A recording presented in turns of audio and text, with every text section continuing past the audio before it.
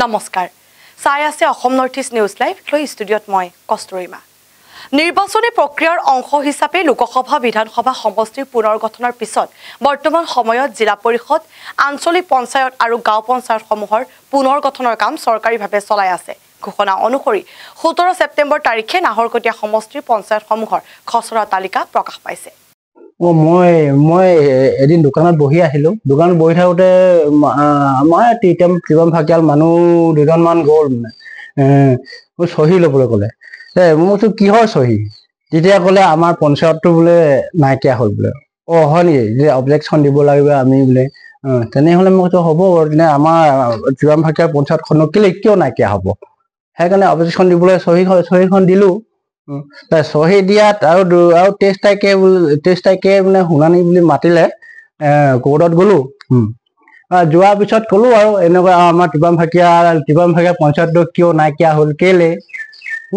কেনেকা নাইকিয়া হ'ল আমাৰ নিজৰ পঞ্চায়ত আমাৰ নিজৰ নামৰ পঞ্চায়ত সেইটো নাইকিয়া হ'লে আমাক দুখ লাগে ন কিয় হ'ব এনেকুৱা কিয় কৰিলে এনেকুৱা আমি সেইটো প্ৰশ্ন কৰিলো তেখেতে কৈছে এইটো আগতে হৈ গ'ল আমি এতিয়া কৰিব নোৱাৰো এতিয়া আমাক ক'লে কৈছে কি আপোনালোকৰ গাঁওখন মানে কি কেন্দ্ৰগুৰি পঞ্চায়তলৈ দিয়া হৈ গ'ল মই আমাৰতো অসুবিধা হ'ব তাত আমাৰ আগত টিপাম ফাকিয়াল পঞ্চায়ত আমাৰ টিপাম ফাকিয়া মানুহ আমি টিপাম ফাকিয়ালতে আছিলো এতিয়া আমি এইটো নাজানো এইটো কেলে হৈ গ'ল এইটো কেনেকে নাইকিয়া হৈ গ'ল আমাৰ নিজৰ মানে গাঁওবুঢ়াও নাজানে এইটো যে মানে নাইকিয়া হৈ গ'ল কোনে কৰিলে কোনে নাই আমি একো নাজানো সেই যোনদিনাখন এই মানুহ মানে এই গাঁৱৰ মানুহবোৰে কেইজনমান চাইন কৰিব আহিছিলে বোলে নাইকিয়া সেইদিনাখন পাই জানো শুনানিতো মাতিছে গৈছো আহিলো এতিয়া আমাক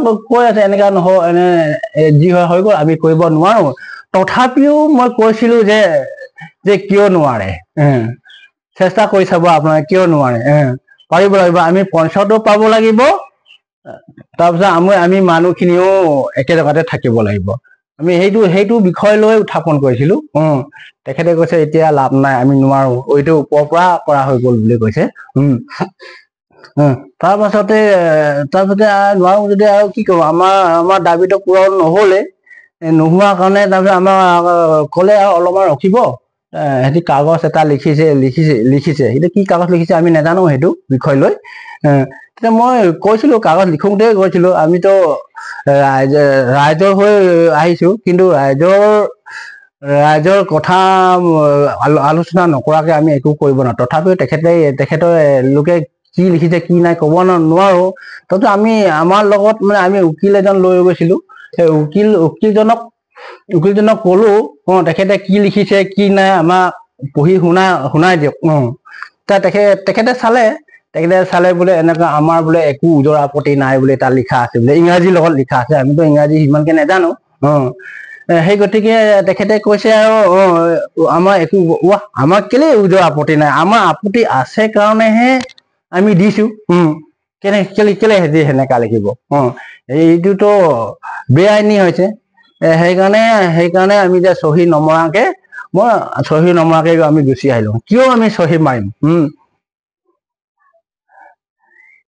যোৱা 16 তাৰিখে আমি গম পালো যে আমাৰ টিপাম ফাকিয়াল পঞ্চায়তটো তেওঁলোকে নাইকিয়া কৰিছে আৰু এই নাইকিয়াৰ ফলত যিকেইটা ৱাৰ্ড তেওঁলোকে 3 ভাগ কৰি 3টা ৱাৰ্ডত বিলাই দিছে গতিকে আমাৰ 3টা ৱাৰ্ড বিশেষকৈ দিহিংকিনাৰ টিপাম ফাকিয়াল নেপালী টিপাম ফাকিয়াল এই তিনিটা ৱাৰ্ড আমাৰ কেন্দ্ৰগুৰিত লগাই দিছে গতিকে এই কেন্দ্ৰগুৰি আমাৰ ৱাৰ্ডৰ পৰা কমেও 10 কিলোমিটাৰ দূৰত্ব হ'ব গতিকে তালৈ যোৱাটো অসম্ভৱ আৰু সেইটো কাৰণে আমি ৰাইজৰ লগত পৰামৰ্শ আলোচনা বিলোচনা কৰি আমি এখন ৰাইজৰ চহী লৈ আমি এইটো দাখিল কৰিলো আৰু দাখিল কৰাৰ পিছত আমাক কোৰ্টলৈ মাতিলে যোৱা 23 তাৰিখে আৰু সেই 23 তাৰিখ যোৱা দিনাখন আগতে আমি এজন অধিবক্তাক লগত লৈ গ'লো আৰু তাত আমাক যেতিয়া শুনানি কৰিছে তেতিয়া তেওঁলোকে আমাৰ যিখিনি অভাৱ অভিযোগখিনি কৈছোঁ আৰু সেই অভাৱ অভিযোগখিনি তেওঁলোকে হয় ভৰো দিছে, কিন্তু তেওঁলোকে সেইটো কথা কৈছে যে আপোনালোকৰ যিটো হেৰি আছে, যিটো ৱাৰ্ডৰ আপোনালোকে পঞ্চায়তৰ কথা কৈছে সেইটো কিন্তু আগতে ইতিমধ্যে সেইখিনি হৈ গৈছে, সেইটো আমি একো কৰিব নোৱাৰোঁ। গতিকে যেতিয়া নেকি আমি যিখিনি আমি বিবাদিত কাৰণে গৈছিলোঁ, সেই বিবাদখিনি সম্পূৰ্ণ নোহোৱাৰ আগতে তেওঁলোকে সেইখিনি হয় ভৰ কৰাব খুজিছে, কিন্তু আমি হয় ভৰ কৰা নাই।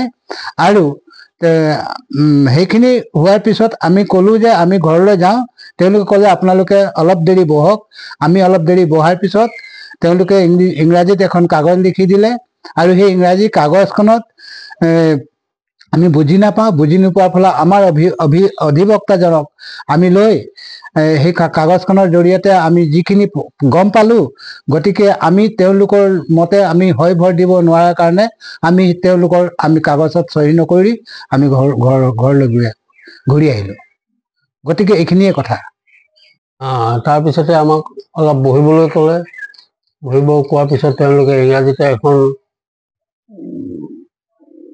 কি বুলি কয় শুনানি কিবা কাগজ এখন লিখিলে। ইংৰাজীত লিখাৰ কাৰণে আমিতো বুজি নাপাওঁ।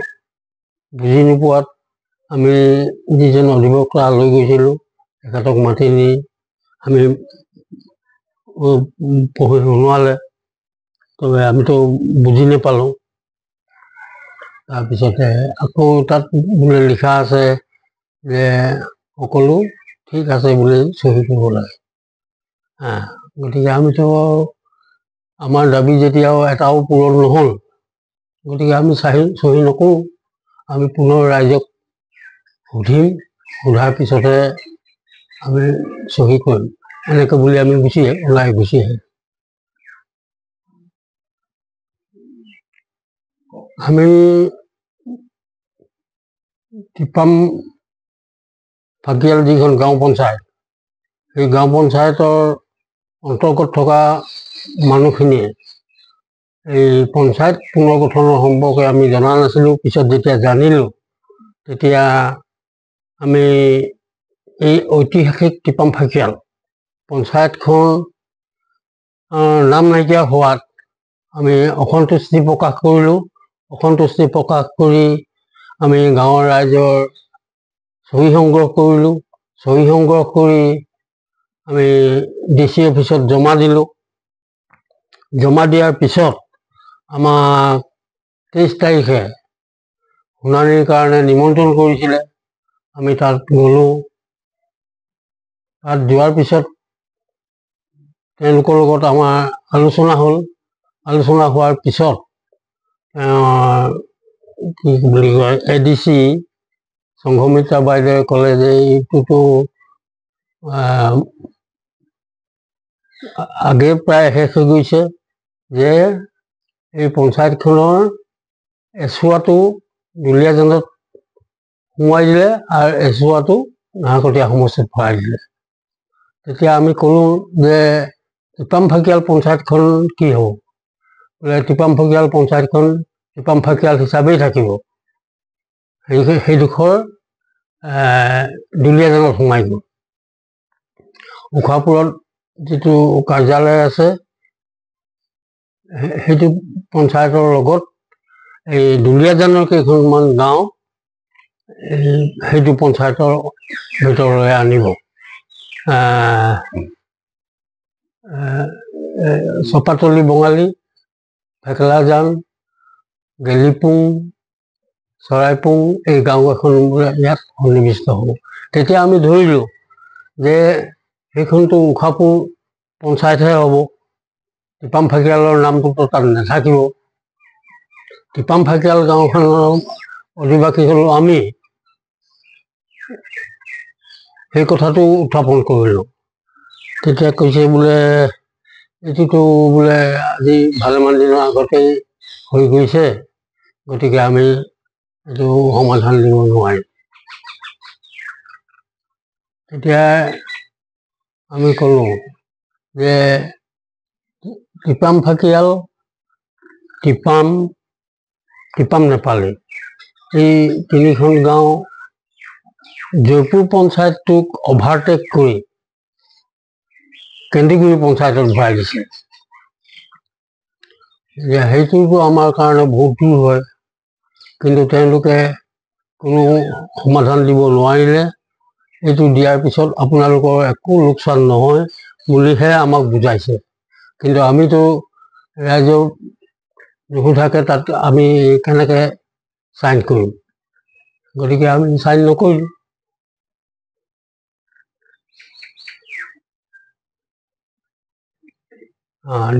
ডিলিমিনেশ্যনৰ পঞ্চায়ত ডিলিমিনেশ্যনৰ কাৰণে এখন দৰখাস্ত দিছিলোঁ। তালৈ তেওঁলোকে নিমন্ত্ৰণ কৰাত আমি ডিব্ৰুগড়লৈ গৈছিলোঁ। ডিব্ৰুগড় যোৱাৰ পিছত আমি তেখেতসকলৰ লগত কথা পাতি গম পালোঁ যে এই কামটো আগেয়ে হৈ গ'ল, বৰ্তমান আৰু ইয়াক সাল সলনি কৰিব নোৱাৰিম বুলি ক'লে। কোৱাৰ পিছত তেওঁলোকে আমাক অলপ সময় বহিবলৈ ক'লে। বহাৰ পিছতো আমি যেতিয়া ঘৰলৈ আহিবলৈ খুজিলোঁ, তেতিয়া কৈছে বোলে এটা চহী কৰি থৈছোঁ। চহী কৰিবলৈ এখন ইংৰাজীত লিখা কাগজ আগবঢ়াই দিলে। ইংৰাজীত লিখা কাগজখন আগবঢ়াই দিওঁতে আমি ক'লোঁ যে ইংৰাজীটো আমি বুজি নাপাওঁ, গতিকে আমাৰ লগত আমি এজন উকিল লৈ গৈছিলোঁ। তেখেতক আমি মাতিলোঁ। তেখেতে চাই ক'লে যে এইখন মতেতো চহী কৰিব পৰা নাযাব। কেলেই বোলে ইয়াততো আমাৰ আপত্তি নাই বুলি লিখিছে, কিন্তু আমিতো আপত্তি দিছিলোঁহে। গতিকে আমি চাইন নকৰাকৈ গুচি আহিলোঁ। আৰু ইফালেও টিপাম ফাকিয়াল পঞ্চায়তখন আমি গম পোৱা মতে একেবাৰে মাৰি পেলালে। মাৰি কেইবাটুকুৰাও কৰিলে। এটুকুৰা দুলীয়াজান সমষ্টিত লৈ গ'ল আৰু বাকী টুকুৰা কেইবাটুকুৰাও কৰি নাহৰকটীয়া সমষ্টি, জয়পুৰ পঞ্চায়ত, কেন্দুগুৰি পঞ্চায়ত, বালিমৰা পঞ্চায়ত সংযোগ কৰিলে। গতিকে আমি আমাৰ দাবীটো তেওঁলোকে মানি নোলোৱাৰ কাৰণে আমি তেওঁলোকৰ কাগজত আমি চহী নকৰিলোঁ। আনফালে হাবৈপুৰত বনৰীয়া হাতীৰ তাণ্ডৱ অব্যাহত আছে। এজাক বনৰীয়া হাতী আজি কেইবাদিনো ধৰি একেৰাহে মুক্ত বিচৰণ কৰি আছে বুলি হাবৈপুৰ অঞ্চলৰ বিভিন্ন স্থানতে স্থানীয় ৰাইজে বৰ্তমান অভিযোগ উত্থাপন কৰিছে। নিশা হ'লে লামডিং বনাঞ্চলৰ পৰা প্ৰায় 150জনীয়া বনৰীয়া হাতীৰ দল নামি আহে বুলি ইতিমধ্যে তথ্য প্ৰকাশ পাইছে। আন এক সংবাদ, ৰাজ্যত পুনৰ অপহৰণ কাণ্ড। বহিৰাজ্যত কৰ্মসংস্থাপন দিয়াৰ প্ৰলোভন দি ঘৰৰ পৰা লৈ যায় খেৰণীৰ সৰ্বজিৎ মাল্লা নামৰ এজন যুৱকক। বহিৰাজ্যৰ বেংগালুৰুত কৰ্মসংস্থাপন দিয়া প্ৰলোভন দিছিল 4জনকৈ যুৱকে। খেৰণীৰ গণেশ ভৱন গাঁৱৰ অতি দৰিদ্ৰ পৰিয়ালৰ লোক আছিল তেখেত, আৰু দুমাহ পূৰ্বে বেংগালুৰুত কাম কৰাৰ বাবে লৈ গৈছিল 4 যুৱকে। পিছে কিছুদিন পিছত পতিৰ লগত যোগাযোগ স্থাপন কৰাৰ বাবে 4জনৰ মাজত পতিৰ খা খবৰ ল'বলৈ যাওঁতে 4 যুৱকে পত্নীক দিলে পতিৰ নিৰুদ্দেশৰ খবৰ। द्रौती देवी, पति के नाम सरबजीत माला। हमारा 25 जुलाई को हमारा पति को लाल बिहारी चौहान, गुड्डू चौहान, सुरायन चौहान, आशीतेंद्र चौहान काम करने के लेके गया। बेंगलोर में काम करने के लेके गया हमारे पति को। अभी तक कोई सुराग नहीं मिला। उसके बाद से वो लोग से फ़ोन करने से हम लोग को डराता धमकाता है और बोलता है फ़ोन हम लोग को मत करो, हम लोग नहीं जानता है। तमिलनाडु से फ़ोन आया से हम लोग सरबजीत माला को धो के पकड़ के रखा है। उसके बाद से हम लोग को आदमी गया तो वो बोलता है जो हम लोग छोड़ दिया। ये पहले लोकल आदमी को डरा धमका के खेत दिया। उसके बाद एक आदमी और गया तो उसको बोला है हम लोग 25 तारीख 12 घंटा पहले हम लोग उसको छोड़ दिया। और उसके बाद से अभी तक लोग उसको कोई सुराग नहीं मिला। अभी तक हमारा घर में कोई कमी नहीं करने वाला नहीं है। वही जो था वही था। हम लड़का छोटा हमारा 3 ठो लड़का बच्चा है, वो लोग के हम लेके कहाँ जाएगा, कहाँ खोजेगा। हाथ जोड़ कर हम बोल रहे हैं जब अभी तक लोग कोई सुराग नहीं मिला। हम लोग खेरनी थाना में भी केस दिया है और अब कोई सुराग मिलने से हमारा खबर दीजिए। हम लोग के घर में है जो हमारा पति के कोई सुराग मिलने से आप लोग खबर कीजिएगा। मेरे पति के नाम, मेरा नाम इंद्रावती देवी, मेरे पति के नाम सर्वजीत माला। जंखा गणेश भवन से। मेरा नाम कालीचरण माला, मेरा भैया का नाम सर्वजीत माला। मेरा भैया मिसिंग है और मतलब वो कमाने के लिए जा रहे थे यहाँ से बेंगलोर, और लेकर जाने वाला साथ में था सितेंद्र चौहान, सूर्यनारायण चौहान, गुड्डू चौहान, लाल बिहारी चौहान, और वो लोग लेके गया साथ में। और बाद में हम लोग भैया को कांटेक्ट करने की कोशिश किए तो कांटेक्ट नहीं हुआ, तो लोग से पूछा तो लोग बोला कि हम लोग का साथ विजयवाड़ा से छूट गया है। और बाद में हम लोग को 2-4 दिन बाद में उसके बाद तमिलनाडु पुलिस ई रोड से फ़ोन आया कि सर्वजीत माला नाम का यहाँ पे आदमी है। तो हम लोग आदमी भेजे तो वो लोग बोला कि नहीं है यहाँ पे, सुसाइड कर लिया। फिर तब हम लोग एक आदमी और भेजे वहाँ के कुछ भाषा जानने वाला, तो वो लोग से बात किया जाके, तो वो लोग बोला कि हम लोग 24 घंटा पहले ही छोड़ दिए हैं। तो अभी 2 महीना जैसे हो गया, अभी तक कुछ खबर नहीं मिला है। तो कृपया करके आप किसी को भी कुछ खबर मिले तो हम लोग को कांटेक्ट करें या किसी थाने में कांटेक्ट करके खबर दीजिए। फोटो ये है, आप लोग कहीं भी देखिए तो खबर दीजिए। আনফালে গৃহ নিৰ্মাণৰ কামত লাগি থকা সময়তে দ্বিতীয় মহলাৰ পৰা পৰি মিস্ত্ৰীৰ মৃত্যু হয়। উল্লেখ্য যে শান্তিপুৰৰ মালিক ঘোষ নামৰ লোকজনৰ ঘৰত গৃহ নিৰ্মাণৰ মিস্ত্ৰীসহ 3জন শ্ৰমিক কামত লাগি আছিল আৰু দ্বিতীয় মহলাত কাম কৰি থকা সময়তে হঠাৎ মিস্ত্ৰী খতিৰ মহম্মদ চাদৰ পৰা সৰি পৰে আৰু সৰি পৰাৰ লগে লগে চিকিৎসাৰ বাবে বিশ্বনাথ অসামৰিক চিকিৎসালয়লৈ লৈ যায় যদিও চিকিৎসকে মিস্ত্ৰী খতিৰ মহম্মদৰ মৃত্যু হোৱা বুলি ঘোষণা কৰে। উৎকট গৰমত চাদৰ ওপৰত কাম কৰি থকাৰ সময়তে এই ঘটনা সংঘটিত হোৱা বুলি সন্দেহ উত্থাপন কৰিছে। মানে মিস্ত্ৰীৰ ওপৰত কাম কৰি থাকোঁতে কেনেকৈ পৰিলে মানে আমি এইটো চোৱা নাই। কুশলখৰীয়া মানে মিস্ত্ৰীবিলাকে চাই পিনে চিঞৰি আছে যে তহঁতে মিস্ত্ৰী পৰি গ'ল। আমি নিচে গৈ চালোঁ যে তেওঁতো পৰি গৈছে, পৰি যাওঁতে মানে কপি আছিলে।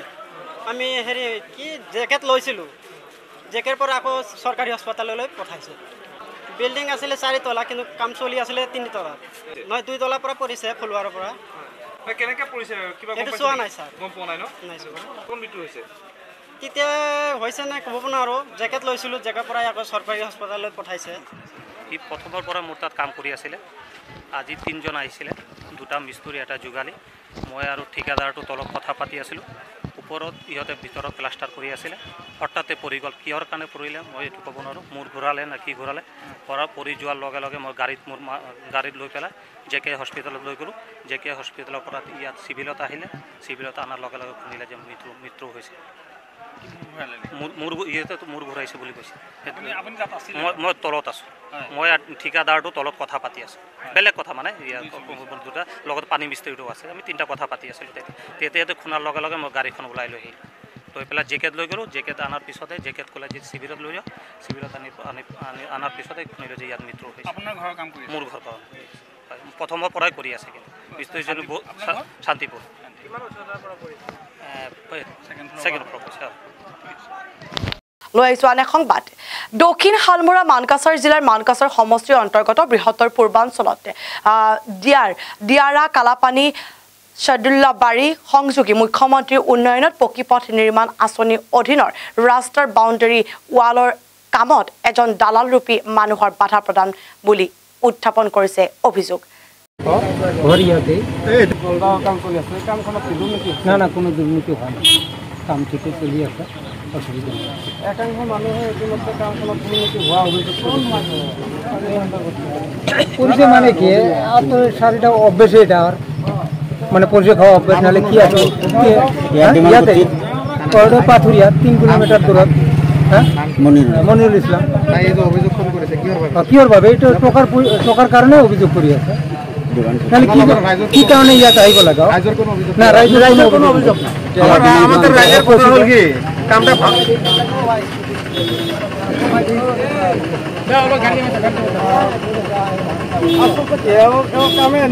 এনেকুৱা কামে হয়। নহ'লে 3 কিলোমিটাৰ দূৰত থাকি ইয়াত কি কাৰণে আহিব লাগে লোকেল মানুহটো কোনো কমপ্লেইন নাই নহয় আৰু স্কিমেৰ মতে কাম চলি আছে ইয়াত আমাৰ কোনো ধৰনেৰ হেৰি নেই এই এনেকা কাম কৰিলে আমি ৰাইজ শান্তি আৰ কি কিছুদিন আগতে দেখা গৈছে এটা অভিযোগ উঠিছে কামখনৰ বিৰুদ্ধে এই বিষয়ে ইয়াত আছিল এই আপোনাৰ এই এষ্টিমেটক লৈ এটা বিচাৰিছিল যে এষ্টিমেট মতে কাম হ'ব লাগে এষ্টিমেট মতে কাম হ'ব লাগে কিন্তু এতিয়া এষ্টিমেট মতে কাম হৈয়ে আছে আর কি আমাৰ ৰাইজৰ তৰফৰ পৰা কোনো ধৰণৰ অভিযোগ এতিয়া নাই এনেকা কাম কৰিলে আমি মানে ৰাইজ শান্তি আৰ কি আছো আচলতে এজন মানুহ উত্থাপিত কৰিছে যে নিম্নমানৰ সামগ্ৰীৰে কাম কৰে না এটা সম্পূৰ্ণ মিছা কথা ভাল বস্তু দি আছে সিমেন্টের ভাগ ঠিকে দি আছে বালুর ভাগ ঠিকে দি আছে আমার পাথরখিনি যি আছে এইটো ঠিকে দি আছে আর ডিপ যেটা আছে এইটো এস্টিমেট মতে চলি আছে এস্টিমেটত কোনো ভুল হোৱা নাই এতিয়া আচলতে যি মানুহজন অভিযোগ কৰিছিল মানুহজনে এইখন গাঁৱতে না এইখন গাঁৱত পাথৰি আপোনাৰ ইয়াৰ পৰা 3 কিলোমিটাৰ দূৰত আচলতে এনেকুৱা ধৰণৰ প্ৰশ্ন উত্থাপিত কৰাৰ কাৰণখন কি বুলি ভাবে আপুনি ইয়াত মানে কি সি বিভিন্ন ধৰণৰ কাম কাজত জড়িত হৈ থাকে কিবা কাৰণত কৰিছে নাজানো তাৰ কিবা বেনিফিট আছে নাকি জানো না এইটো নাজানো এইটো আমি নাজানো আর কি তাই তার উদ্দেশ্যটা কি কিন্তু এতিয়া কথা হল আমার রাইজের তরফের পৰা কথাটা হল কি এতিয়া কামখিনি এতিয়া ভালো হয়ে আছে আৰ কি মানে আপোনালোক অভিযোগৰ বিচাৰে যে আপোনালোকে স্থানীয় ৰাইজৰ কোনো কমপ্লেইন নাই আমাৰ